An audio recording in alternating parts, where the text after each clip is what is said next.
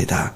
주님께서 홀로 영광과 찬송과 경배를 받으실 유일하신 참 하나님이심을 고백합니다. 전능자이시며 창조주이신 하나님께서 우리를 사랑하시고 아드님을 보내시고 죽게 하시고 십자가에서 죽으신 지 사흘 만에 다시 살아나심으로 말미암아 우리를 얼마나 사랑하시는지 그 확실한 표를 보여주신 것 감사합니다.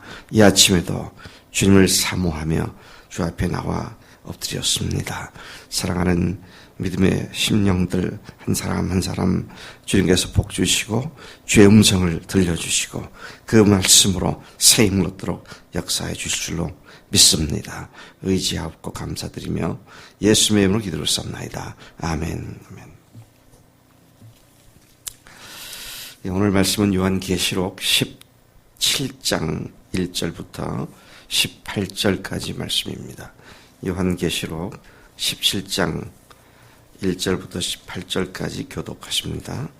또 7 대접을 가진 7 천사 중 하나가 와서 내게 말하여 이르되 이리로 오라.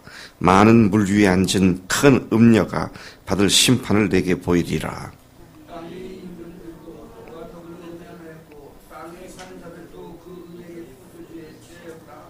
곧 성령으로 나를 데리고 광야로 가니라. 내가 보니 여자가 붉은 빛 짐승을 탔는데 그 짐승의 몸에 하나님을 모독하는 이름들이 가득하고 7 머리와 10 뿔이 있으며 그 여자는 붉은빛과 붉은빛 옷을 입고 금과 보석과 진주로 꾸미고 손에 금잔을 가졌는데 가증한 물건과 그 은행이 떠오르는 것으로 가득하더라. 그의 이마에 이름이 기록되었으니 비밀이라 큰 바빌론이라 땅의 음녀들과 가증한 것들의 어미라 하였더라. 또 내가 보매 그 여자가 성도들의 피와 예수의 이름이 피에 묻혔느니라. 내가 그 여자를 보고 놀랍게 여기고 크게 놀랍게 여기니 천사가 이르되 왜 놀랍게 여기느냐. 내가 여자와 그가 탄 7 머리와 10 뿔 가진 짐승의 비밀을 네게 이르리라. 네게 본 짐승은 전에 있었다가 지금은 없으나 장차 무생경으로부터 올라와 멸망으로 들어가니 땅에 사는 자들로서 장차 이후로 그 이름이 생명책에 기록되지 못한 자들이 이전에 있었다가 지금은 없으나 장차 나올 짐승이고 놀랍게 여기리라. 지혜 있는 뜻이 여기 있으니 그 7 머리는 여자가 앉은 7 산이요 또 7 왕이라 5은 망하였고 하나는 있고 다른 하나는 아직 이르지 아니하였으나 이르면 반드시 잠시 동안 오므리라. 전에 있었다가 지금 없어진 짐승은 8째 왕이니 7 중에 속한 자라. 그가 멸망으로 들어가리라. 내가 보던 10뿔은 여러이니 아직 나를 얻지 못하였으나 다만 짐승과 더불어 임금처럼 한동안 권세를 받으리라. 그들이 한 뜻을 가지고 자기의 능력과 권세를 짐승에게 주더라. 그들이 어린 양과 더불어 싸우리라. 어린 양은 만민에게 주시오.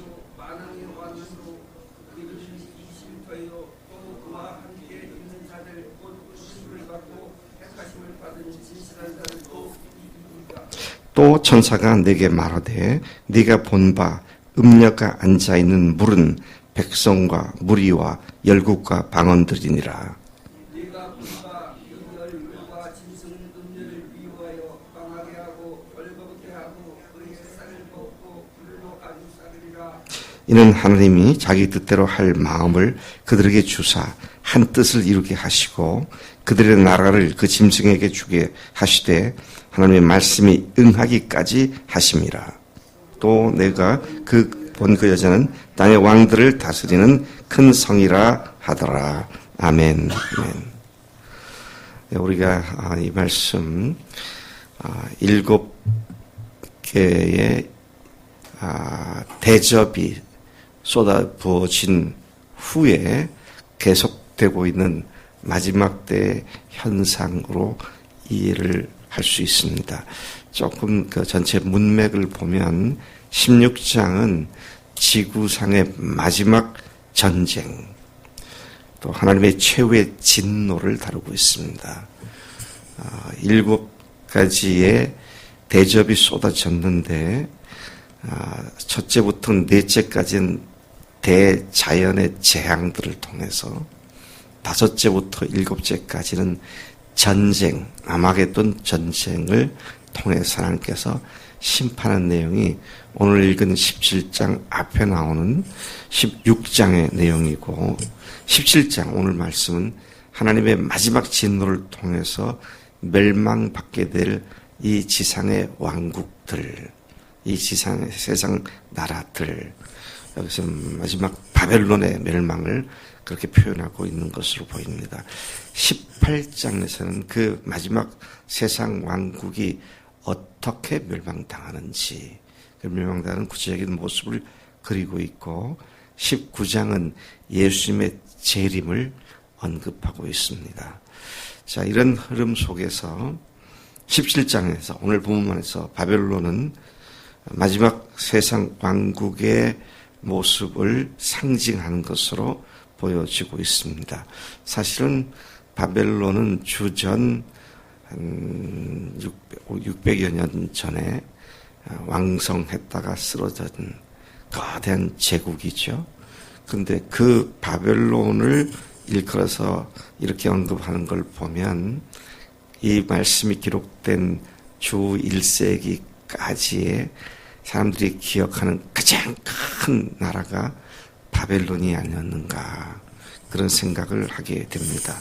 물론 이때는 로마가 세계를 통치하고 지배하는 이야기이지만 오늘 이 말씀을 보면 마지막 제국 바벨론, 그렇게 우리가 얘기할 수 있는데, 이 바벨론은 지금까지 존속했던 인간들이 만든 거대한 제국들을 의미하고, 오늘 이 본문 말씀은 그 인간이 만든 세상 왕국의 끝자락에 있는 마지막 세상 인간의 왕국을 의미하는 것으로 이해가 됩니다. 인간들의 최후지상 왕국은 타락한 종교 왕국이 될 것이다. 오늘 이 본문 말씀에서 그런 내용을 강하게 받게 됩니다. 17장에 등장하는 큰 음녀, 한 여자 얘기가 나오죠. 큰 음녀. 근데 이가 어떤 모습으로 표현되면 많은 물 위에 앉은 자, 인데 심판을 받게 될 자로 묘사되고 있습니다. 이 여자에 대한 묘사는 붉은빛 짐승을 탔고, 3절에서 또 이마의 비밀이고 큰 바벨론이고 땅의 음녀들과 가증한 것들의 어미로 그렇게 묘사되어 있습니다. 인간들이 만든 타락한 인간 세상 왕국을 상징한 것으로 이해가 됩니다. 3절에 다시 보면 이 여인은 붉은 빛 짐승을 타고 있는데, 짐승은 여기에서 적그리스도를 의미하는 것으로 이해가 됩니다. 그리고 여자가 붉은 빛 짐승을 타고 있다는 말은 세상 왕국이 적그리스도와 결탁하고 있다, 그렇게 이해가 되는 것입니다. 또 그 짐승의 몸에 참남된 이름들이 가득한데, 이는 하나님을 회방하고 예수님을 조롱하는 이름들로 가득하다는 것입니다.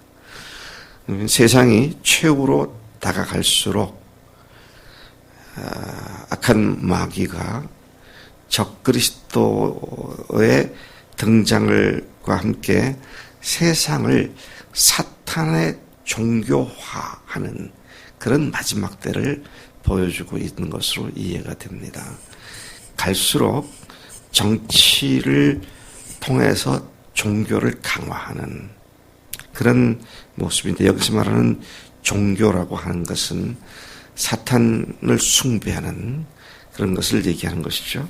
하나님을 모독하고 예수님의 이름을 가증한 것으로 만들어 버리는, 그러니까 종교적인 그런 세상이 종교적인 것으로 휩싸이게 되는 그런 걸 얘기하죠. 여러분, 오늘 우리가 잘 알고 있는 뉴 에이지 운동이라든지 종교 다원주의라든지, 자, 이런 것들이 결국은 어떻게 됩니까? 하나님을 모독하고 그리스도를 욕되게 하는 그런 세상이 될 것이다. 자, 이런 얘기를 하면서도 제 마음이 좀 안타깝습니다. 왜냐, 제가 지금까지 70년을 살았는데 요즘처럼 공공연하게 하나님을 모독하고 갈수록 악한 마귀에게로 사람들이 속아 넘어가서 마귀의 팔을 만드는 이런 세상을 본 적이 없는데, 종로내 거리에서 벌거벗고 퀴어 축제를 하고, 이제는 유엔을 통해서 각국의 나라들이 동성애를 합법화시키고, 근데 그것의 모든 것의 배경은 어제 말씀드린 인본주의인데, 이 적그리스도가 세상 왕국을 종교화시키면서 자기에게 굴복하게 만드는 이런 현상이 마지막 때의 현상으로 오늘 이 말씀이 그렇게 말씀하고 있는 것을 보여줍니다.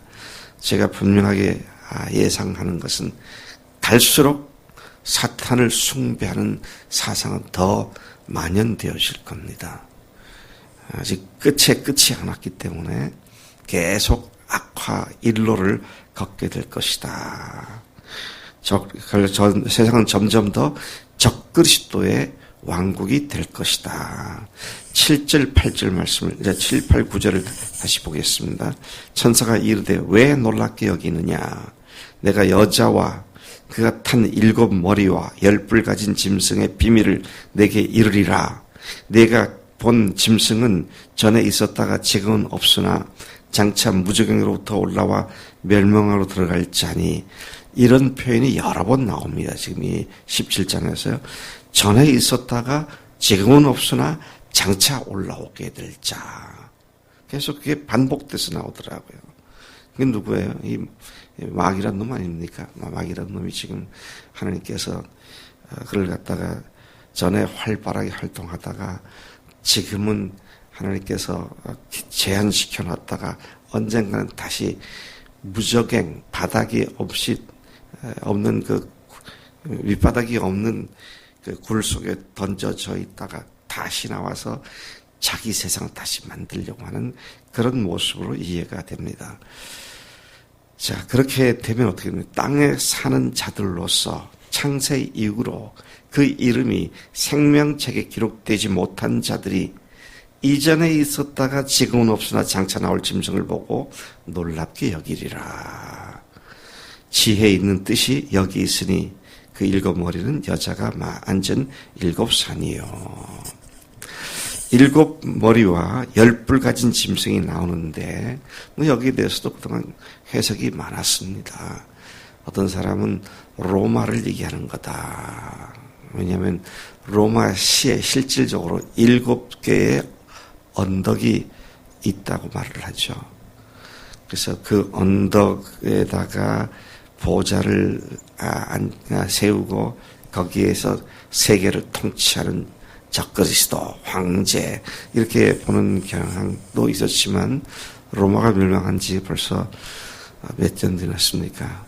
1000몇백 년이 지난 지금도 아직 끝이 안 온 것을 보면 그는 그렇게 해석이 아닌 것 같고, 또 어떤 사람들은 고대 바벨론, 또 그리스, 페르시아, 로마, 그리고 뒤에 나올 세 거대한 제국들을 상징하는 거다. 그리고 10뿔은 과거에는 그랬습니다. 제가 어렸을 때 많은 목사들이 이 유럽 공동체를 얘기하는 거다. 한 뿔이 죽었다가 다시 살아나는 건 하나가 다시 최종적으로 가입하게 될 거다. 그런 해석도 많이 있었죠. 근데 지금 이 가입국이 거의 20개국이 됩니다. 이제 그렇게 보기도 적당치가 않고, 그때는 그렇게 믿었기 때문에 담대히 부흥 강사들이 그렇게 많이 가르쳤었죠. 근데 제가 이 요한계시록을 보는 기본 입장이 이게 뭘 의미하느냐, 그렇게 보기보다는 이걸 통해서 하나님께서 뭘 말씀하시나, 하나님이 말씀하신 메시지가 뭐냐. 이제 그걸 봐야겠다. 이제 그렇게 생각하고 보고 있는데, 일곱 머리, 일곱은 완전 숫자죠. 열 뿔, 열이라고 하는 건 뭐예요? 만수, 가득 찬 것을 의미하는 것입니다. 그러니까 우리가 뭘 셀 때, 하나, 둘, 셋, 넷, 다섯, 여섯, 일곱, 여덟, 아홉, 열. 그러면 어떻게 해요? 열밖에 못 세잖아요. 그래서 다시 이제 또 하나, 둘, 셋. 이게 가득 찬 그런 의미로 보는 것이 옳지 않느냐. 그렇게 생각을 합니다. 이것은 모든 문화, 모든 나라, 모든 민족 속에서 일어나게 될 인류 역사의 마지막 제국이라고 이해가 됩니다. 이 마지막 제국이 바로 적 그리스도와 결탁한 타락한 세상 왕국이 된다. 세상 문화, 세상 풍조는 점점 더 어떤 방향으로 갑니까? 그리스도를 조롱하고 그리스도를 모독하는 쪽으로 계속 흘러가고 있습니다. 우리가 지금 그 거대한 멸망으로 향하는 흐름의 한복판에 있다는 사실을 하게 되는 것이죠. 그러나 이렇게 세상이 점점 악해지고 마귀가 점점 극성을 부리는 그런 상황 속에서도 놀라운 메시지를 이 말씀이 전해주고 있어요. 그게 뭐냐? 14절.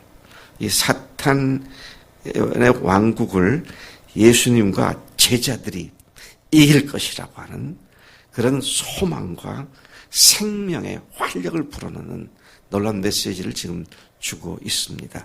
14절 같이 한번 읽어보겠습니다. 저희가 어린 양으로 더불어 싸우려니와 어린 양은 만주의 주시요 만왕의 왕이시므로 저희를 이기실 터이요 또 그와 함께 있는 자들 곧 부르심을 입고 빼내심을 입고 얻고 진실한 자들은 어떻게 한다고요? 이기리로다.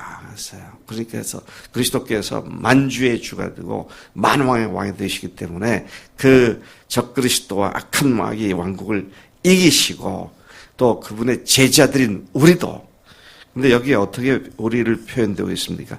그와 함께 있는 자들, 부르심을 입은 자들, 빼내심을 입은 자들, 진실한 자들, 하나님의 사람인 그리스도인들을 이렇게 말씀을 하고 있습니다. 사탄이 득세하고 그리스도를 반대하는 세력과 악한 마귀의 문화가 압도적으로 우세할 것처럼 보이지만 어떻습니까? 최후의 승리는 주님께서 이루실 것이며 그분은 만주의 주, 만왕의 왕으로서 우리도 함께 그를 주인을 모신 우리도 승리를 하게 될 것이라고 이 말씀이 선포하고 있습니다. 세상이 돌아가는 건 한숨만 나죠. 네. 아휴, 이 세상이 도대체 어떻게 되는 거야. 근데 여러분 너무 그렇게 한숨에만 빠져있지 마세요. 왜요? 승리를 할 것이라고 하나님께서 우리에게 소망스러운 말씀으로 이 요한계시록 끝부분을 지금 장식하고 있는 것입니다. 더욱 소망스러운 사실은 예수님뿐 아니라 함께하는 그리스도인들도 승리자가 된다. 생각하면 가만히 있다가도 이렇게 되는 거구나. 할렐루야. 이제 이렇게 될 수 있잖아요. 우리가 이 세상에 어느 거 하나 신통한 것이 없는데 그러나 결코 하나님이 우리의 주님이시고 하나님이신 한 우리는 소망을 절망으로 바꿀 이유가 없다. 그것이죠. 하나님의 부르심을 받은 자들은 어떻게 살아야 합니까? 군인처럼 불러주신 분에게 충성하는 삶을 사는 것이 마땅합니다. 디모데 후서 2장 4절을 보면 병사로 복무하는 자는 자기 생활에 얽매이는 자가 하나도 없나니 이는 병사로 모집한 자를 기쁘게 하려 함이라 그랬습니다. 어제 보니까 찬우가 휴가 나왔는데 키가 크지만 얼굴 보니 아직도 애띠게 보이더라고요. 근데 엄마한테 왔으니 얼마나 좋겠어요. 근데 군소리 없이 어제 다시 귀대를 하더라고요. 왜? 나라가 불렀으니까 나라에 충성하기 위해서 군소리 없이 가더라고요. 네. 주님의 군사로, 주님의 병사로 부르심을 입은 우리가 사사로운 일에 얽매여 가지고 주님께서 요구하시는 것에 대해서 거부하고 내 마음대로 살겠다고 하는 것이 얼마나 불충스러운 하나님의 사람인가, 이런 생각을 하게 됩니다. 우리 중에 아무도 자기를 위해 사는 자가 없다. 우리 중에 누구도 자기를 위해 죽는 자도 없다. 살아도 주를 위해 살고 죽어도 주를 위해 죽는다. 그러니까 우리가 사나 죽으나 내 것이 아니라 다 주의 것이로다. 예수님이 이걸 위해 죽으셨는데 곧 죽은 자와 산 자의 주가 되기 위해서 세상에 오셨다. 여러분, 여기에 다른 어떤 딴소리가 들어갈 건더기가 하나도 없어요. 그분이 하나님이시고 그분이 우리를 그렇게 살도록 세상에 오셔서 우리를 불러주신 줄로 믿습니다. 아까 말씀드린 대로 세상은 날이 갈수록 점점 더 어두워지고 마귀가 판을 치며 예수님을 조롱하고 하나님을 비난하고 반대하는 세력들이 강성해질 것입니다. 그러나 우리 그리스도인들은 주님 자신과 함께 역사의 마지막 승자가 될 것입니다. 그 영광스러운 최후 승리를 바라보며 이 불쌍의 때에도 주님을 향해 변함없는 충성과 사랑을 바치는 우리들이 됨이 마땅한 줄로 믿습니다. 하나님 아버지 감사합니다. 저희들에게 최후의 승리를 안겨주실 우리 주님을 인하여 찬양합니다. 세상 돌아가는 모습을 볼 때마다 한숨이 나오고 절망스러움을 느낄 수밖에 없지만, 그러나 우리에게 주님이 계시기에 만주의 주시며 만왕의 왕이신 우리 주님께서 짐승과 음자를 영원히 멸망시키고 승리하실 것을 믿고 감사드립니다. 우리도 세상을 이기는 믿음을 우리에게 주신 줄로 믿습니다. 더 이상 위축되지 않고 당당하게 우리가 해야 할 일들을 잘 감당하는 충성스럽고 진실된 주의 종들 다 되도록 매일매일 인도하실 줄로 믿습니다. 감사합니다. 예수님의 이름으로 기도했사옵나이다. 아멘. 아멘.